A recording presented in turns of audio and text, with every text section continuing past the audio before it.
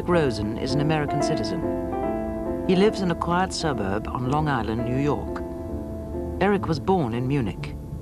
50 years ago, fleeing the Nazis in Germany, Eric's mother brought him to Italy and then France. Today, Eric returns to Nice, the place which was, for him, the beginning of the Holocaust in France.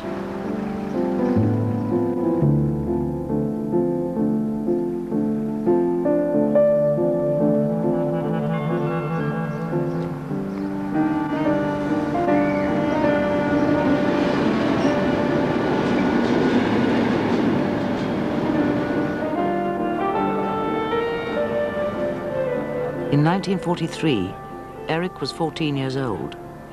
He was arrested in the street near Nice railway station and taken to Gestapo headquarters at the Excelsior Hotel. I was carrying false identity cards for other people. A German came out and he arrested me. I immediately told him that my name is, I had a French name. I did not give my Jewish name. But it didn't help. What they did is they asked me one single question: take down your pants. They wanted to see my genitals. They saw that I was circumcised, and that was it. Along with other Jews from Nice, Eric was put on an ordinary French passenger train bound for Paris.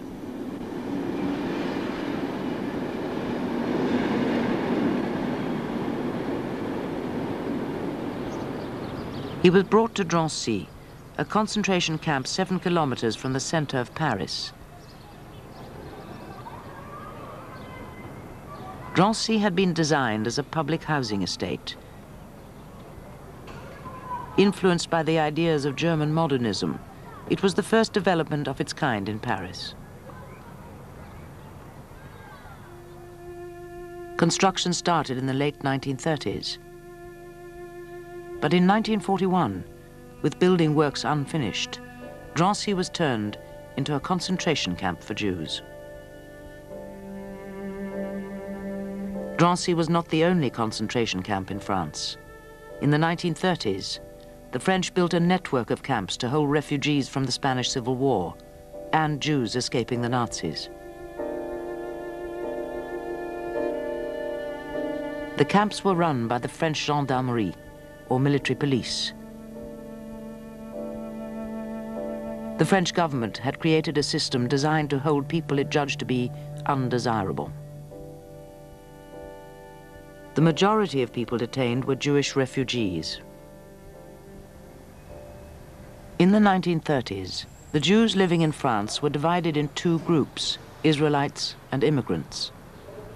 The Israelites had lived in France for many generations. They were mainly middle class and felt at home in the French culture.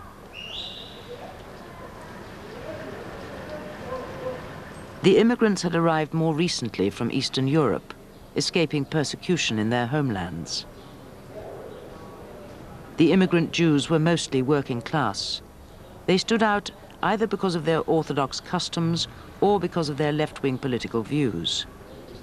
Most lived in working-class Jewish neighborhoods like the 11th arrondissement. Jacques Adler, the son of immigrants, was keenly aware of the differences between the Israelites and the immigrant Jews. We had 2 worlds coexisting, unhappily coexisting. On the one hand, you had the old established Jewish conservative forces represented by the French Israelite. On the other hand, you had these immigrant Jews who have brought with them a culture, a sense of national identity that lived a totally separate life, totally different understanding of the political life of the time, the crisis of the 30s, the Munich, what was happening in Nazi Germany, which was totally at variance with the French Israelites. Jews were already being persecuted elsewhere in Europe. Those in France, however, felt safe. They felt protected by the ideals of liberté, égalité, fraternité. In 1940, Liliane Lévy-Osbert was 21 years old. On était une famille assez intégrée, plutôt traditionnaliste que religieuse. Ce qui avait d'importance, c'était l'école, mes amis, mes petites camarades. Et j'étais J'étais très, très, très parisienne, française. Eric Rosen enjoyed his childhood in Nice. I went to the beach, I was swimming, and I had friends, and I had girlfriends, and I had a very, very nice life. In the evening, I had my Hebrew lessons, or I went to Hebrew school. On Saturday, I went to synagogue. Eva Fagelson has happy memories of her girlhood years in Paris. Nous avions une bonne vie en France. Mon père et ma mère adoraient la France. Mon père allait le matin, il descendait tous les matins boire son café dans le coin du passage Charles-Dallery et de la rue de la Roquette où nous habitions. Et il adorait tout son entourage français. Et tout allait bien pour nous. C'était une vie formidable avant l'arrivée des Allemands. In May 1940, Hitler's panzer divisions advanced through northern France.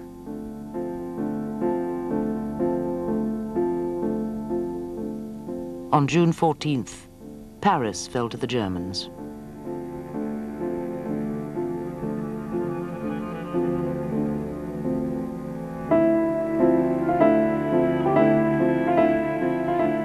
France capitulated. 1 week later, the French agreed terms with the Nazis.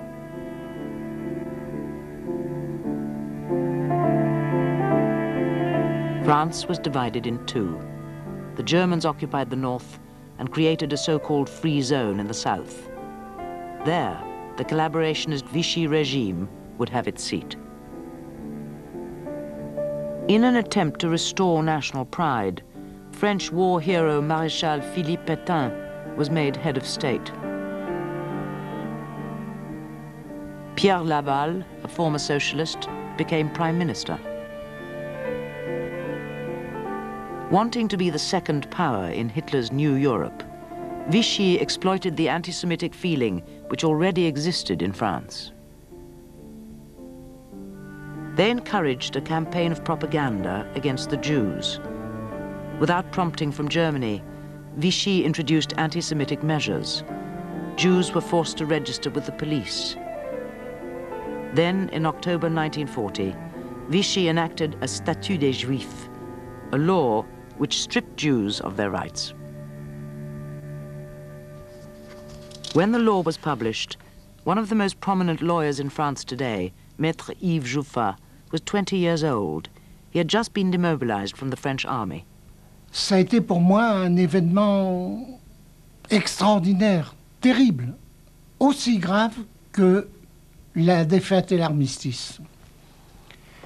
Je suis allé trouver immédiatement mes chefs de camp. Et je leur ai dit, je ne suis plus un citoyen.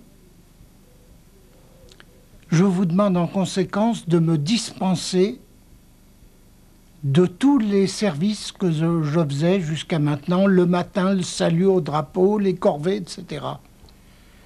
Et ces deux hommes, que je voudrais bien retrouver maintenant, ont hésité 2-3 secondes, se sont regardés et ils m'ont dit « Nous vous comprenons, nous sommes d'accord ». On August the 20th, 1941, French police surrounded the 11th arrondissement of Paris. The 11th was a center of the emerging Jewish resistance against the German occupying forces. Led by young communists, the resistance organized demonstrations and printed anti-Nazi leaflets. Partly in retaliation, the Germans instructed the French to arrest Jewish men in that area. 2,400 police and gendarmes carried out the operation.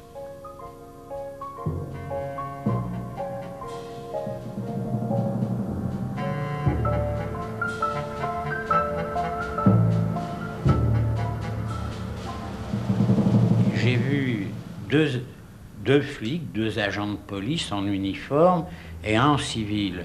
Et ils venaient arrêter M. Israël Radzinski, c'était mon père. Et ma mère était incapable de prononcer une parole. Ça faisait à peine 1 an, pas tout à fait 1 an que son mari était mort. Elle était incapable de prononcer une parole, elle était paralysé pratiquement. The police arrested Sam instead of his late father. Mon père m'appelle. Yves, descend, on vient nous chercher. Et il y avait là 2 policiers, de ceux qu'on appelle vulgairement les flics, un gardien de la paix et un brigadier. J'ai dit à ce moment-là, je vous rappelle que j'étais sous l'uniforme français il y a quelques mois. Ce n'est pas très beau ce que vous êtes en train de faire. J'aime mieux être à ma place qu'à la vôtre.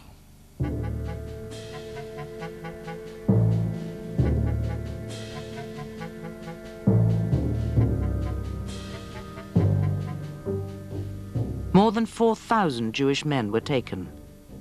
The French police carried out the entire operation, from the actual arrests to the processing of the paperwork. They herded the Jews onto buses, which had been commandeered from the Paris public transport system. Under the watchful eye of the SS, French bus drivers took the prisoners to the concentration camp at Drancy. Et j'ai été amené à Drancy le 20 août 41. Il devait être 8 ou 10 heures du matin. Je ne peux, entre 8 et 10 heures du matin, je ne peux pas vous préciser l'heure parce que j'avais pas eu le temps d'emmener ma montre. Hein. Et j'ai donc fait, avec près de 5000 autres personnes, j'ai fait l'ouverture du camp de Drancy.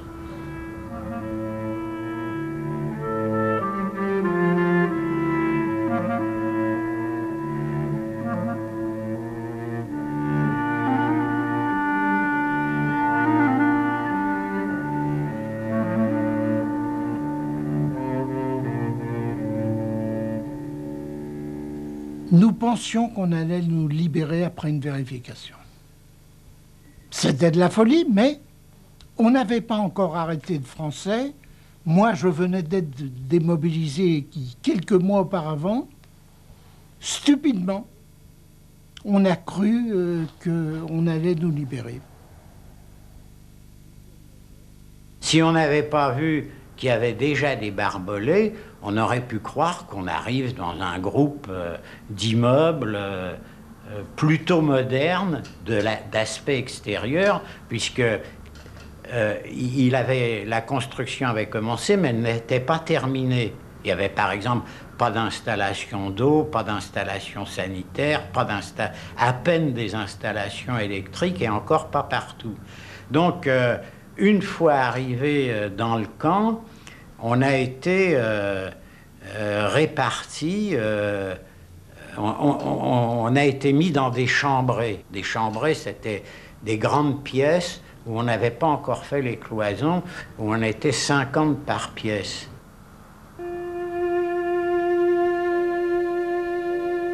Nous étions sur des chalits qui vont très vite être pleins de punaises, d'ailleurs, on se battra avec les punaises.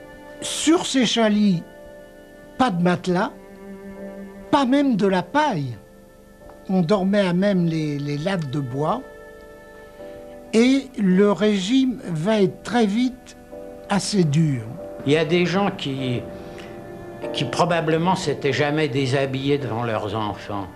Qu'on a été 50 dans une chambre, on était tous pratiquement, on se connaissait pas. Être obligé de se déshabiller devant les autres, c'était déjà se sentir rabaisser un être inférieur.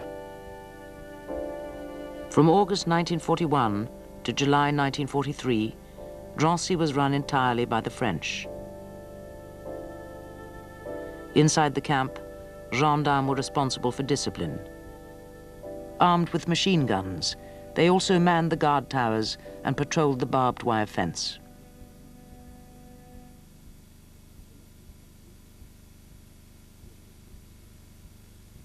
A Rover 214 SEI with 7-spoke alloy wheels.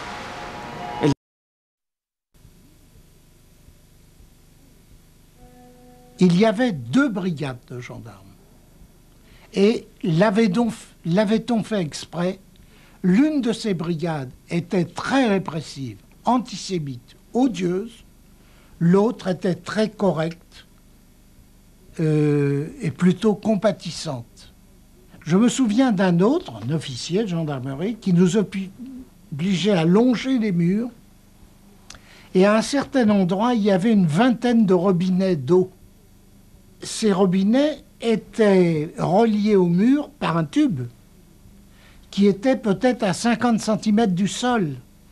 Quand on passait, comme il fallait longer le mur, on était obligé de ramper sous le tube pour passer là. The prisoners were made to run the internal administration of the camp themselves. The building was designed around 22 staircases. Inmates were forced to elect a head of staircase. During the first months of Drancy, their job was to hand out the meager bread allowance. Class divisions between the immigrants and Israelites were exploited. The immigrants were assigned menial chores, while the Israelites had more comfortable jobs and ran the administration. The Nazis tested the system in Germany, where that compelled all the Jewish organizations to centralize themselves and be represented by one central leadership. The same principle was applied in the camp. You got the Jews to run the internal administration under supervision. In the case of Drancy, it was under French supervision, which itself was supervised by the Nazis. Leur principe, c'était de faire le travail de gestion, d'administration à l'intérieur du camp ou des prisons par les prisonniers eux-mêmes. Donc, ils recrutaient déjà parmi ce qu'ils appelaient les proéminentes, les gens déjà qui parlaient, tout le monde parlait français, mais ceux qui avaient à leurs yeux plus de qualité que d'autres, qui savaient écrire par exemple. Alors, il s'est formé une caste, ceux qui travaillaient dans les bureaux, ceux qui travaillaient à la cuisine, hein, ceux qui avaient n'importe quel petit emploi, n'importe quelle petite fonction, ça signifiait aussi une différenciation dans le régime. There was a critical shortage of food. By September, men were starving. Au bout de quelques semaines, est apparu des hommes qui, après avoir terriblement maigri, gonflaient, étaient atteints d'une sorte d'œdème. Très grave, parce que quand un homme commençait à gonfler, c'est un signe, et il y a eu, à cette période, quelques dizaines de morts de famine. Sur leurs fiches, on inscrivait mort de misère physiologique. Misère physiologique. The only toilet facility for the 5,000 men in Drancy was a latrine at one end of the courtyard. Derrière cette baraque des latrines, des toilettes, en France on dit des chiottes, hein, on mettait les ordures du camp. Et ça, là, j'ai vu des choses que je ne pourrais jamais oublier. Ça, j'aurais pu le faire, je ne l'ai pas fait, mais constater, ça n'est pas condamné.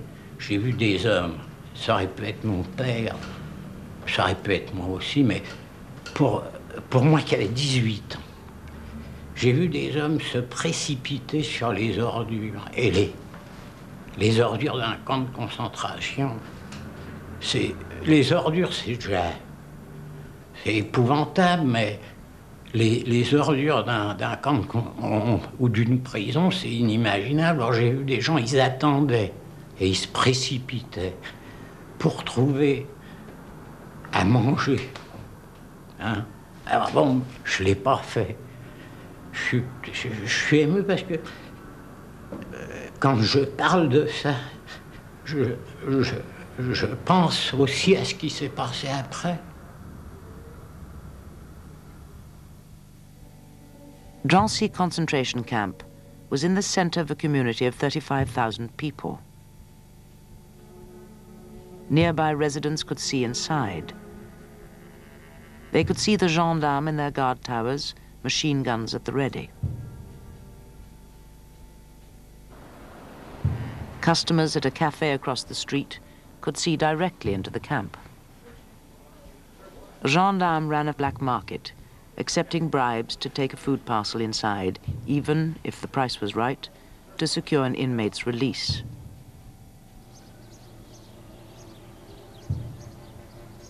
People living in high-rise apartment buildings overlooked the camp.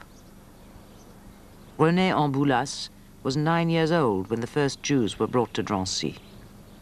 La pensée des Dranciens libres et des internés, on ne pouvait pas la comprendre parce qu'on ne les connaissait pas, on ne pouvait pas leur parler, on ne pouvait pas s'arrêter.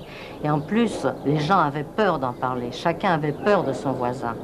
Tout le monde avait peur d'être dénoncé pour la moindre chose et ça a été vraiment le fait primordial qui a fait que les gens n'en parlaient pas. Parce que chacun avait peur d'être dénoncé, on ne savait pas pourquoi ces gens étaient là, et chacun avait peur d'être dénoncé pour une raison quelconque et d'aller les rejoindre. C'est ça qui dominait finalement. C'était pas une indifférence, humaine, c'était la peur. On avait peur. By November 1941, conditions inside the French-run camp had become so appalling that the German authorities felt forced to act. Je pense qu'à ce moment-là, les Allemands ont eu peur. Peur de quoi? Qu'il y ait à l'intérieur du camp le choléra ou une épidémie, que cette épidémie soit transmise aux gendarmes qui nous gardaient, lesquels la transmettraient à l'extérieur. Et n'oubliez pas que nous étions aux portes de Paris, éventuellement à l'armée d'occupation. That November, inmates who were seriously ill, along with those under 18 and over 70, were released.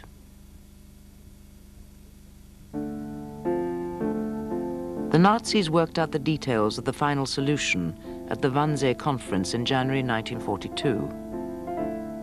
In France, a broad range of repressive measures were taken against the Jews. They were forced to wear the yellow star.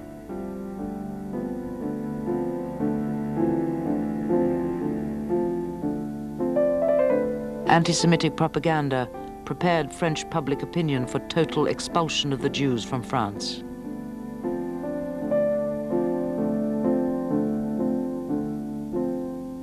Then, in March 1942, a convoy of 1,112 Jews was taken from the camp at Compiègne and brought to Drancy.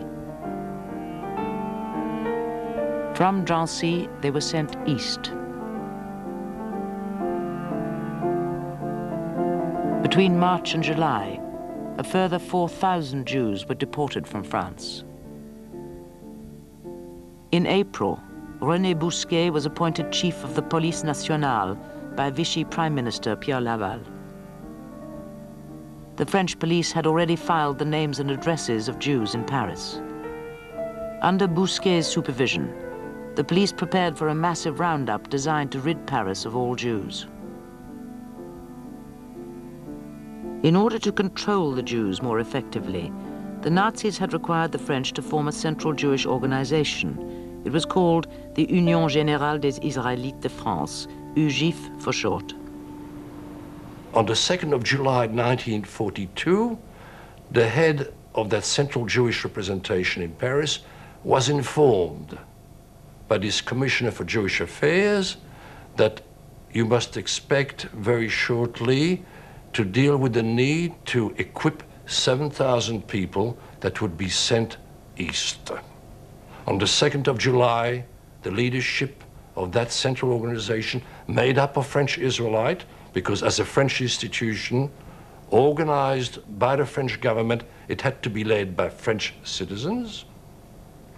That institution was aware that a vast measure of internment was in preparation. Though the directors of UGIF knew that a massive roundup was planned, they did not warn their fellow Jews. Mon père avait un client qui était un inspecteur de police, un très brave homme qui aimait beaucoup mon père. Il est venu 2 ou 3 jours avant Et il a dit à ma mère, faites attention, on a des listes, on va arrêter tous les juifs. Ma mère m'a dit, tu vas dans tout le quartier, tu vas chez tes amis, tu préviens tous tes amis qu'on va arrêter les juifs. Alors je suis partie partout, chez mes camarades de classe, mes petites amies et tout. Et partout où j'allais, les gens ils ne voulaient croire. Et en plus, où ils auraient pu aller? Ils n'avaient pas d'argent. Ils n'avaient pas d'argent, ils avaient les étoiles, ils étaient inscrits comme juifs. Inside Drancy, preparations were made for the roundup. On nous a fait vider un certain nombre d'escaliers. Et nous avons compris qu'il allait donc y avoir des rafles. Et d'ailleurs, il y a eu des indiscrétions de la part de certains policiers ou de certains gendarmes. On the 16th and 17th of July 1942, more than 3,000 French police arrested 13,000 Jews in a city-wide roundup. This time, women and children were included. Terror spread through Jewish neighborhoods. Some women threw themselves and their children from windows. 100 suicides were reported during the Grand Rafle, the big roundup.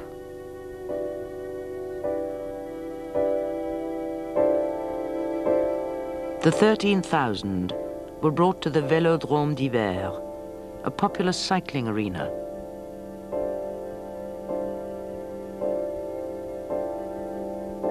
The Vel d'Hiv was opposite the Bir Hakeim Bridge and metro station, a busy part of Paris.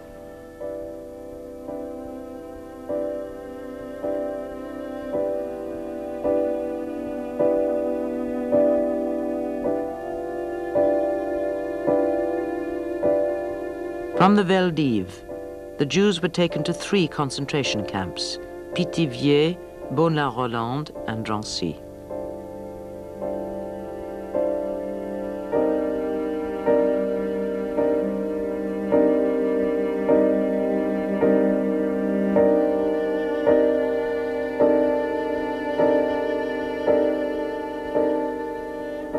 J'ai vu de mes yeux des femmes séparées de leurs enfants par des soldats allemands à coups de baïonnette. Tellement que un certain nombre d'entre elles sont devenues folles.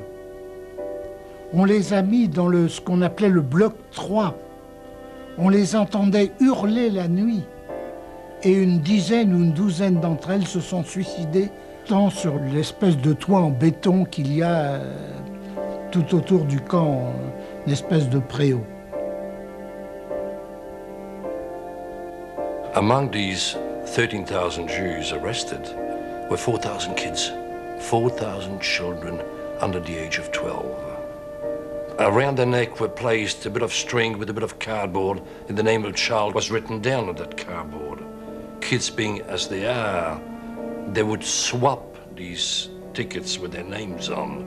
They would throw them away. No one knew the name of these children, and they were kept for 3 or 4 weeks in Beaune-la-Rolande. Kids unable to look after themselves, unable to eat the cabbage on which they were fed daily, kids being sick with diarrhea within a few days.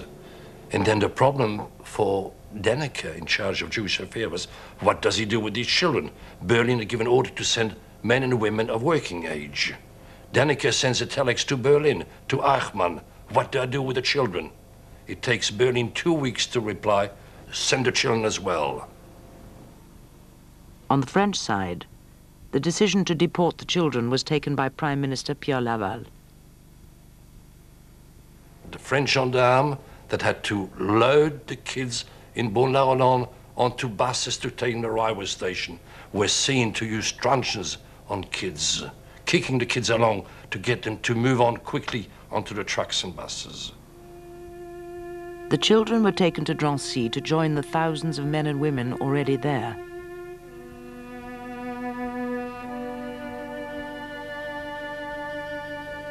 Most would remain there only 2 or 3 weeks before being deported.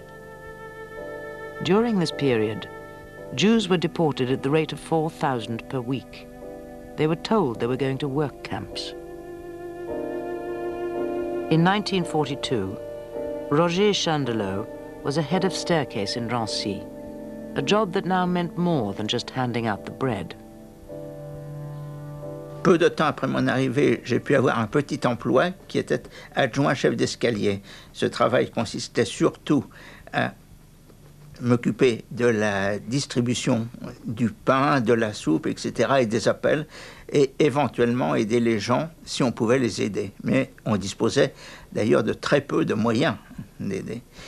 Un peu plus tard, c'est-à-dire quelques mois après, j'étais chef d'escalier.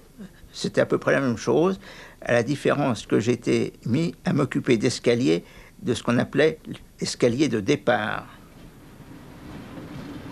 By August 1942, deportations from Drancy increased to 3 convoys per week.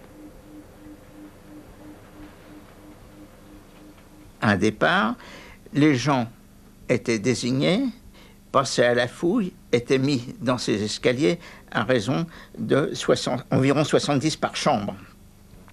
Les chambres, c'était une grande pièce où il y avait un peu de paille, et c'est tout. Le lendemain, ils étaient déportés. Les chefs d'escalier, ils les mettaient dans l'obligation, eux, de prendre des responsabilités, c'est-à-dire de remplir les listes de ceux qui allaient partir. Alors, qu'est-ce qu'on peut dire? Bien sûr qu'ils auraient pu refuser. Ils auraient pu refuser, ils auraient été déportés eux-mêmes. Mais n'importe comment, la quasi-totalité de ceux qu'on fait les listes ont été aussi déportés. Donc, réveil vers 5 heures du matin, café, réunion, etc. À 6 heures, il n'y avait plus personne. On enlevait la paille des fois, pas toujours, et on peut dire que dans la matinée, il arrivait de nouveaux internés qui allaient partir 2 jours après. Il y a des autobus qui sont là, le compteur tourne, on nous jette là-dedans, on nous empile, et on fait un très court voyage. Très court, parce que de Drancy à la gare de Bobigny, c'est pas loin. Et on arrive sur des quais, c'est désert, c'est la nuit, il y a des projecteurs et des wagons à bestiaux.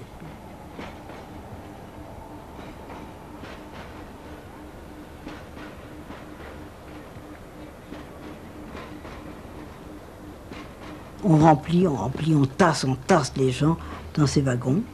Et quand on est bien tassé, les Allemands ferment la porte, verrouillent, et on part pour Pichipoy. Pichipoy, c'était le nom qu'on donnait, c'est un nom polonais, je crois, et à Drancy, on disait, on part à Pichipoy, c'est-à-dire au-delà, quelque part. Et le quelque part n'était pas connu, heureusement, ou malheureusement, mais on allait. On ne comprenait pas, on ne savait pas où ils allaient. Certainement, d'autres personnes le savaient, bien entendu, mais le commun des mortels des environs ne le savait pas. On savait qu'ils allaient à la gare de Bobigny, en majorité, mais on ne savait pas dans quelle direction on les envoyait. On ne savait pas ce que c'était, où allait-on. On avait trouvé un mot, Pichipoy. Voilà, on va à Pichipoy. Quoi faire, on ne savait pas. Beaucoup partaient avec l'espoir de vivre, parce qu'on disait, on va nous faire travailler certainement dur, mais pour qu'on travaille dur, il faut qu'on nous nourrisse. Ça nous paraissait logique. On ne réfléchissait pas à ce qu'on voyait, on aurait dû réfléchir un tout petit peu plus quand même. Most of the convoys left from Le Bourget-Drancy station. The trains were operated by French drivers as far as the German border. The station is located in a little square opposite a busy cafe. The cafe was popular with men who worked for SNCF, the state railway company. These workers witnessed the deportations from Drancy. Nous avons été interpellés par l'arrivée d'autobus qui venaient du camp de Drancy et qui se dirigeaient, qui étaient dans la cour en bas de la gare du Bourget-Grande Ceinture. Et cet autobus-là était convoyé par des personnels de la RATP et accompagné par des gardes mobiles du camp de Drancy, avec dans chaque autobus un officier allemand ou un allemand avec mitrailleuse, mitraillette. Il y avait des femmes et des enfants. Des hommes, je pense, je m'en rappelais que c'était des hommes déjà à un certain âge, il ne devait pas avoir des hommes jeunes. Mais il y avait des enfants, ce qui m'était resté, c'est que les gardes mobiles ont demandé s'il y avait des enfants de moins de 3 ans, ou quelque chose, ça peut être 2 ans ou 4 ans, je ne me rappelle plus, pour leur donner des boîtes de lait condensé, avant de les emmener dans les wagons.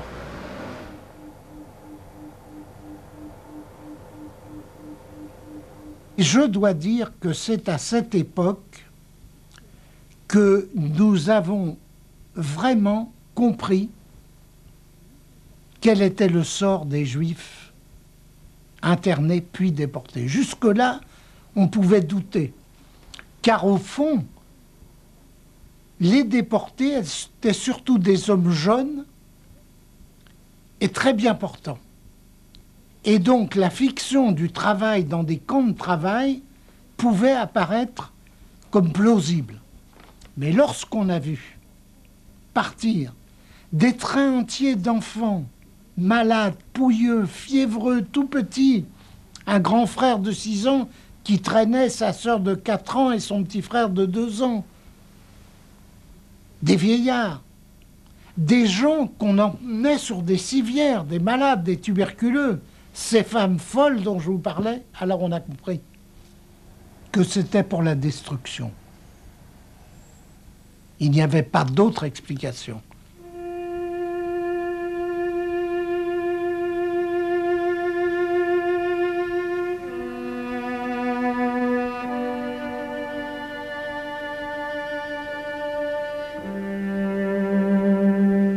By mid-November 1942, the French had deported 42,000 Jews. Then, for 3 months, deportations from Drancy stopped. The German army was under pressure on the Russian front. More trains were needed for the war effort. In July 1943, the Germans decided to speed up deportations of the Jews from France.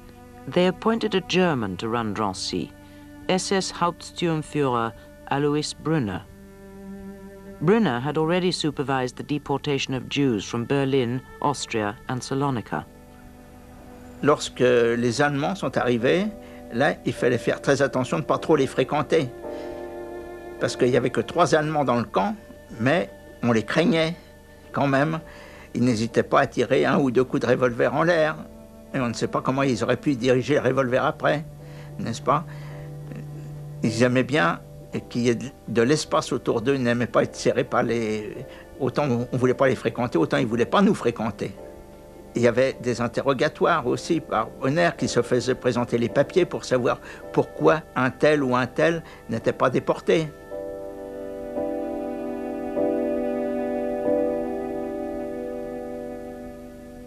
Eva Fagelson's false papers allowed her to pass as a Christian, but Brunner was suspicious and interrogated her repeatedly. Toujours cette peur atroce qu'on me batte, qu'on m'assassine. J'avais même vu tirer sur un jeune dans les jambes qui était arrivé de la prison de Fresnes et qu'on avait mis dans la cave. Il y avait une prison à Drancy, c'était la cave. Et on mettait beaucoup de jeunes. Je disais, moi aussi, on va me mettre dans cette cave. J'avais toujours très peur. Brunner était toujours assis derrière son grand bureau, qui vous fixait avec des yeux d'un bleu d'acier. Il posait toujours les mêmes questions. Où étiez-vous baptisé? Bruckler se tournait tout autour, toujours avec son air de bœuf. Et de temps en temps, il donnait un bon coup. Quand on répondait pas assez vite, quand on répondait pas ce qui lui plaisait.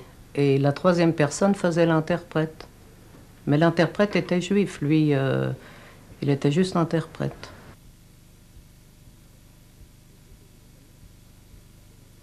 What's the difference between the cooperative bank and the other major banks?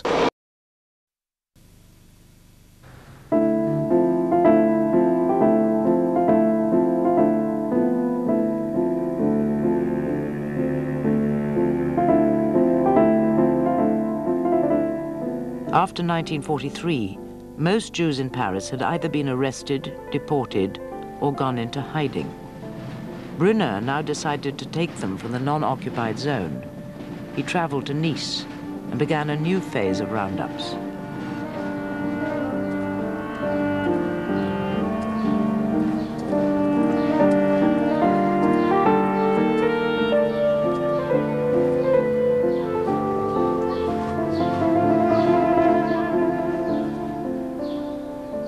I was taken downstairs, and I vividly remember a very long table.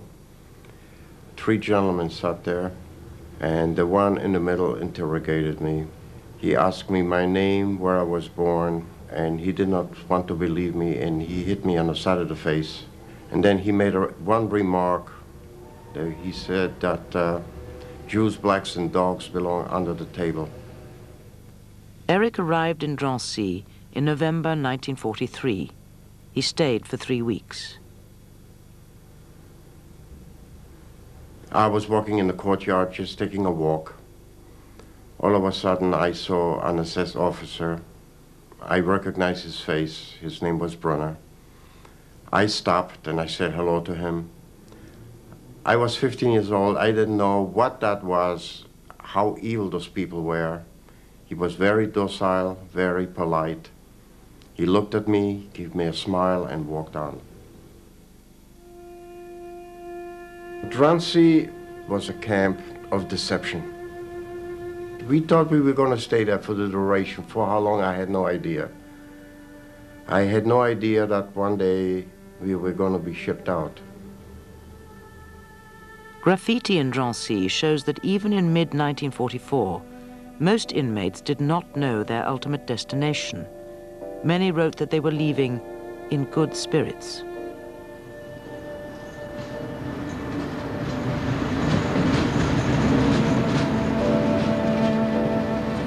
Like the other 74,000 deportees from France, Liliane Lévy-Osbert discovered that Pichipoy, the unknown destination, was Auschwitz death camp.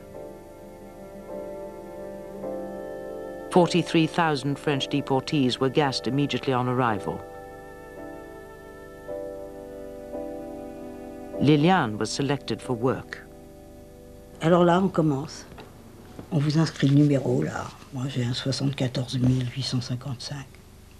On ne peut pas l'oublier, il est là. Et au moment où la fille, l'internée, la déportée vous raconte ça, il dit, tu vois, les flammes là-haut, là, tu vois, et alors on voit une grande cheminée avec des flammes. C'est les gens de ton convoi qui brûlent. Alors là, on ne comprend pas.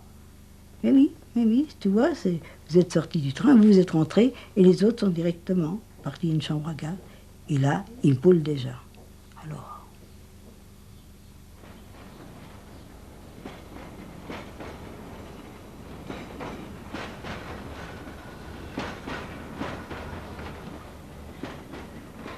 Eric Rosen was deported to Auschwitz. He too was selected for work and sent to a satellite camp, where he labored in a coal mine owned by the German company IG Farben. I was given a shovel to shovel coal. At the age of 15, that shovel was heavier than me. By the time I got the shovel halfway into the railroad car, I lost half of the coal. When the guards saw that, they stopped beating me up.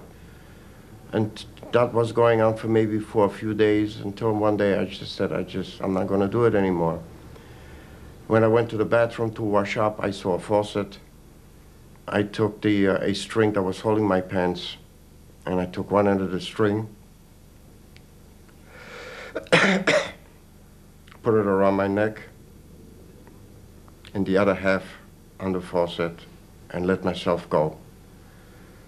And I didn't succeed to commit suicide. It didn't work because somebody caught me, and they called the guards, and they unleashed the string, which was already tied around my neck, and the guards beat me up, and they punished me because I was sabotaging the war effort. Brunner continued his personal Holocaust mission. In August 1944, he forced UGIF to supply lists of children in Jewish orphanages and had them deported. Before leaving Paris, he took mothers and babies from the Rothschild Hospital and sent them to the gas chambers. Of the 74,000 Jews deported from France, only 2,500 survived.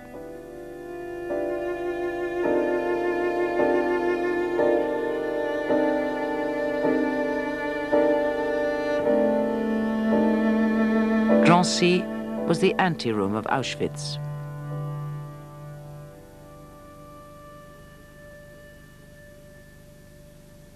At the liberation of Paris, the gendarmes who were guarding Drancy changed sides and joined the resistance.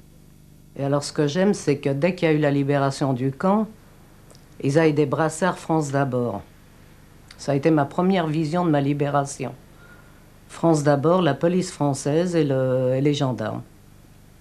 J'étais un peu étonnée, mais ensuite j'ai su quand même que la police française avait pris les armes et s'était mis contre les Allemands quand même. Donc j'ai compris après.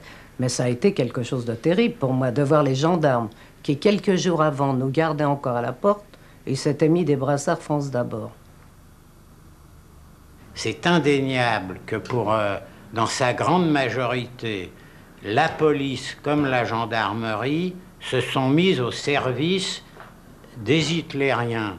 Mais ils se sont mis au service des hitlériens parce que Vichy, Pétain et toute la haute administration française étaient les héritiers de la politique de capitulation devant Hitler d'avant-guerre. In 1976, 32 years after the liberation of Paris, a monument to the deported Jews was erected at Drancy.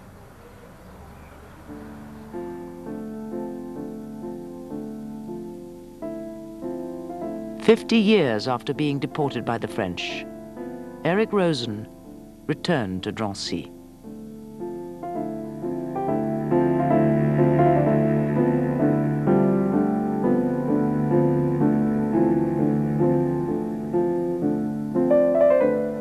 Nightmares are occurring. I'm not only thinking about Auschwitz, but I'm thinking about my experience in Nice, my experience in Drancy. And I remember, I can see sometimes at night when I dream of the barracks that I slept in Drancy.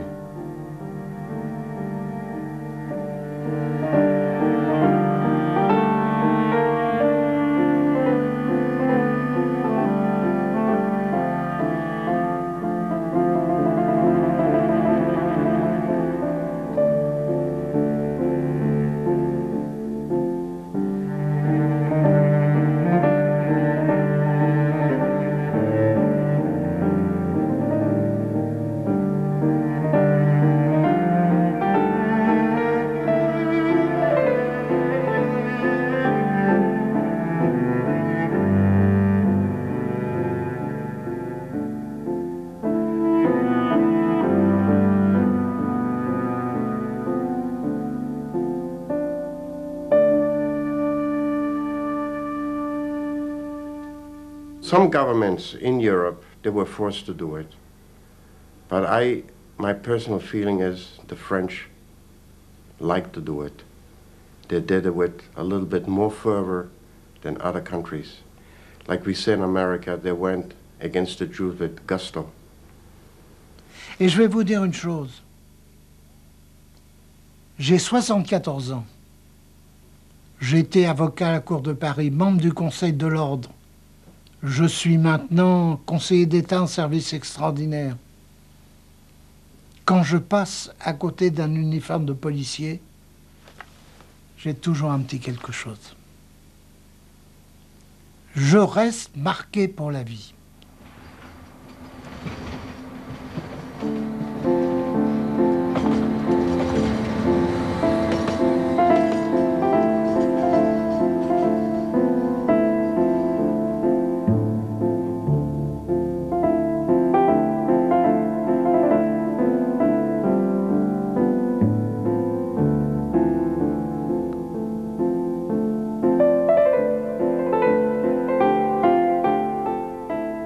That was the last in the present series of Witness.